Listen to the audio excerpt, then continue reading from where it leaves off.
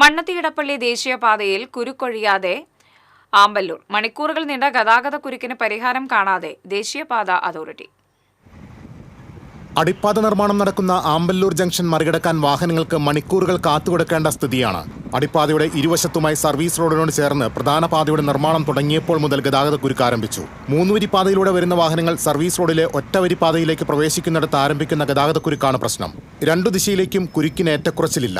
Service റോഡിന്റെ ഓരത്ത് കുത്തിപ്പൊളിച്ച് ഡ്രമ്മുകൾ നിരത്തി വാഹനങ്ങൾക്ക് സംരക്ഷണമൊരുക്കിയതോടെ ഒറ്റവരിയെ മാത്രമാണ് വാഹനങ്ങൾക്ക് സഞ്ചരിക്കാനാകുന്നത്. ഭാരവാഹനങ്ങൾ ഡ്രെയിനേജിന് മുകളിലെ സ്ലാബുകളിൽ കയറാതെയാണ് സഞ്ചരിക്കുന്നത്.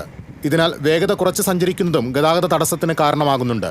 തൃശൂർ ഭാഗത്തേക്ക് പോകുന്ന വാഹനങ്ങളുടെ നിര പുതുക്കാട് വരെയും ചാലക്കുടി ഭാഗത്തേക്കുള്ള വാഹനങ്ങളുടെ നിര മണലി പാലം വരെയും നീളുന്നത് പതിവായി. ഇത്തരത്തിൽ ദിവസങ്ങളായി തുടരുന്ന ഗതാഗതക്കുരുക്കിന് പരിഹാരം കാണാൻ ദേശീയപാത അതോറിറ്റി കാര്യക്ഷമമായി ഇടപെടുന്നില്ലെന്നാണ് ആക്ഷേപം.